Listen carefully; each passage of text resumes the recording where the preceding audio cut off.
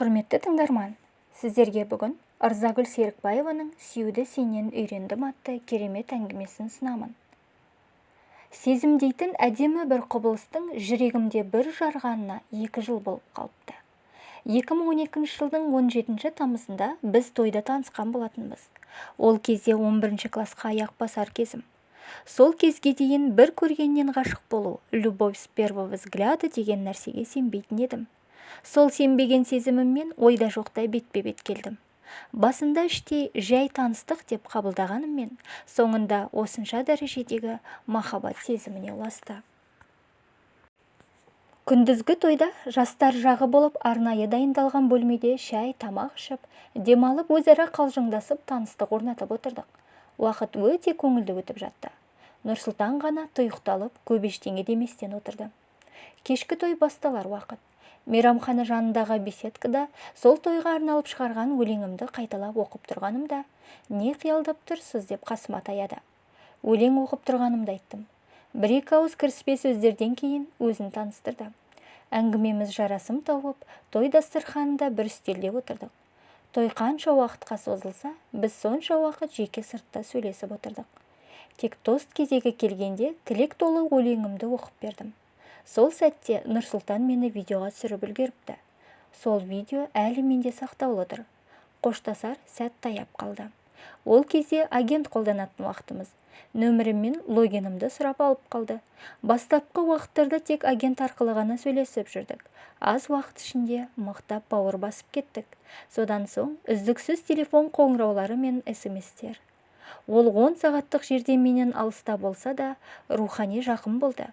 Өзін тым бақытты сезініп жүрген адамға уақыт зырғып өте шығады ғой. Біз тура 9 ай көлемінде байланыс желілері арқылы ғана тілдесіп жүріппіз. Біз үшін ол да бақыт болатын. Көктемнің әдемі бір кешінде күтпеген жерден тосын сый жасап, мен тұратын көше жаққа келді. Қоңырау шалып, өзінің Ақтөбеде, әсіресе мен тұратын көшеде екендігін айтқанда, сену тіпті қиын еді. Телефонда, егер мені алдап, жуырда мейрамымыз келе жатыр деп ойнаған болсаң, біліп қой, расымен келген болсаң да келесі жолы мүлде шықпай қоямын деп сөйлеп келем. Сөйткенімше болмады. Көшенің бас жағынан кішкене жарық жалт берді. Күтпеген қуаныштан орнымнан қозғалмақ түгіл, аузымнан бір түйір сөз шықпай қалды. Алғаш тойдан кейін осы мамырдың 5-ші жұлдызында жүздесіп тұрғанымыз. Келген бетте айтқан сөзі, телефонмен сөйлесу бір басқа, өмірде бір басқа дегендей. Бүгін міне алдыңа келіп тұрмын. Мендік сезім де, сөзім де сол қалпында. Сенікі қандай? Ұнатпасаң, ұнамай қалсам, осы арада айтып таста. Жігітше келдім, жігітше кетемін деді. Өзі іштей тым қобалжып тұрған адам мұндай сөзге қалай жауап қатпақ? Сөз сөйлемек түгіл, өзімнің жерде, не көкте екенімді біле алмай түсім емес пе деп таңырқап қалдым. Сол сәттегі соққан жүрек соғысынан оның бар екенін сезіндім. Екеуміз бір қалада, бір ауада тыныстап жүрміз. Жүрегіміз жақыннан бірге соғып тұр. Мұны білу, мен ойлаудың өзі бір бақыт. Жиі болмағанмен ол Ақтөбеде болған уақытта 6 рет кездестік. Себебі ол келген тұста мен Көкшетауға кетіп қалған болатынмын. Арамыз сол алыстағаннан мәңгі ажырап кетті. Олай боларын кім ойлаған? Мен Нұрсұлтанды ең соңғы рет туған күнімде, яғни 23 маусымда көрдім. Дәл 4-0 қатар соққанда қолында қызыл қызғалдағы, Рафаэлло шоколады мен Тедди аюы бар. Тап сол сәтте маған оның шынайы сезімі мен сүйіспеншілігінің өзі де жетіп жатыр еді. Біз бірден қош айтыспадық. Көкшетаудан келдім. Шілде мен тамыз айлары бойы телефон арқылы хабарымыз еш үзілмей тұрды. Қыркүйек, жоғары оқу орны. Мен үшін мүлде өзгеше сезім. Оқу деп қарбаласып жүргенде Нұрсұлтанға уақытымды аз бөлдім бе? Білмедім. Бәрі қас қағым сәтте болды. Қыркүйек айының соңғы жағында біз мәдениетті қоштастық.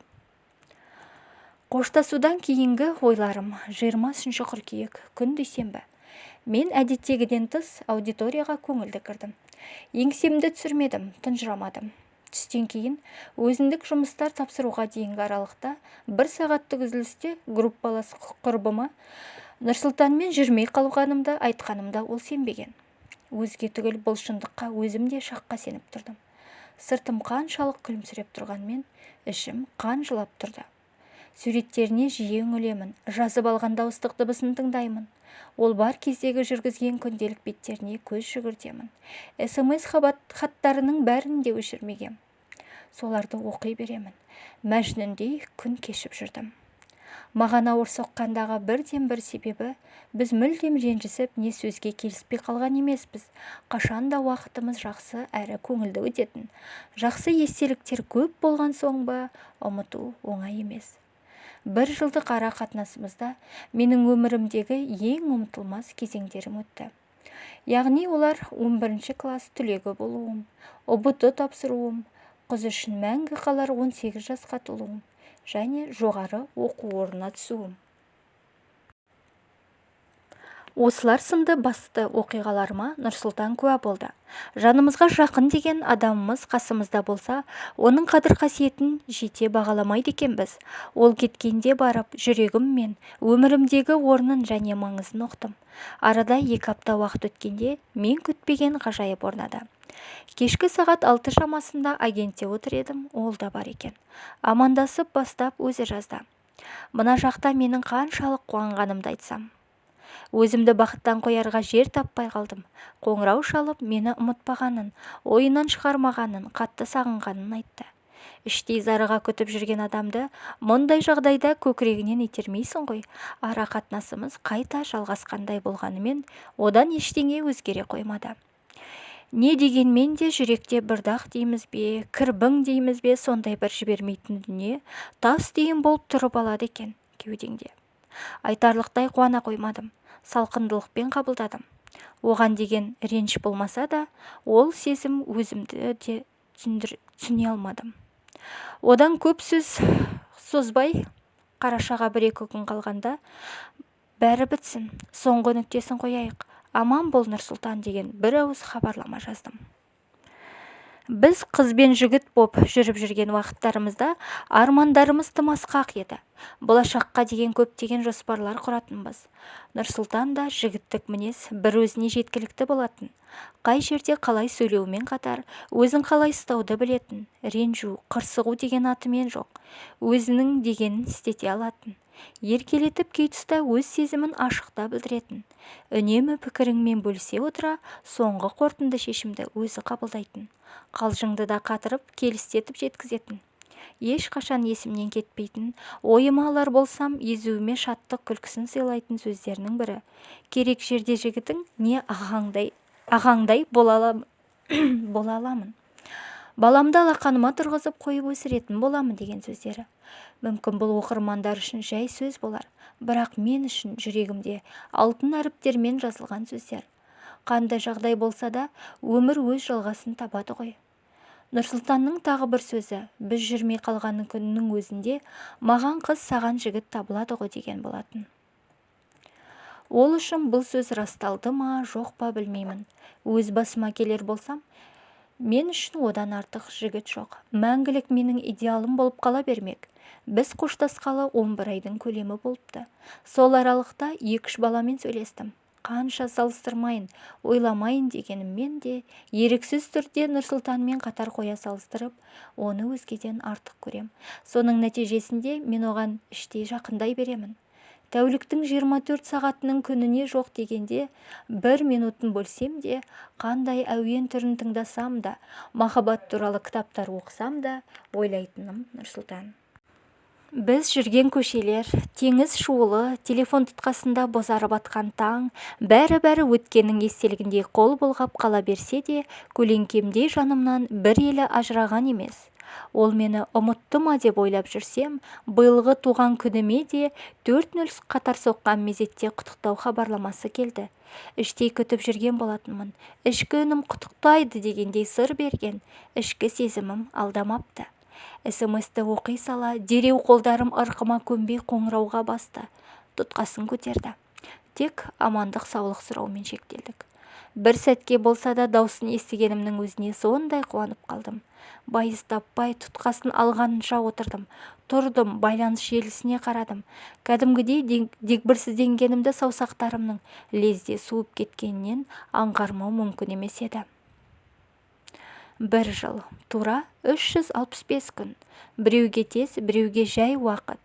Мен үшін тұралап қалған секілді көрінгенмен, өткен жылға қарағанда көп нәрсенің өзгергені анық байқалады. Өзгермейтін мендік аксиома. Мен онымен бірге кешкен бақытты күндерімде бұлай боларын біреу айтса әсте сенбес едім.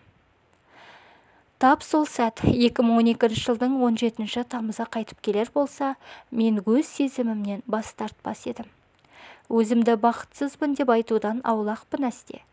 Осы бір жазған әңгімеме көп нәрсе сыйдырып жеткізіп жаза алмадым.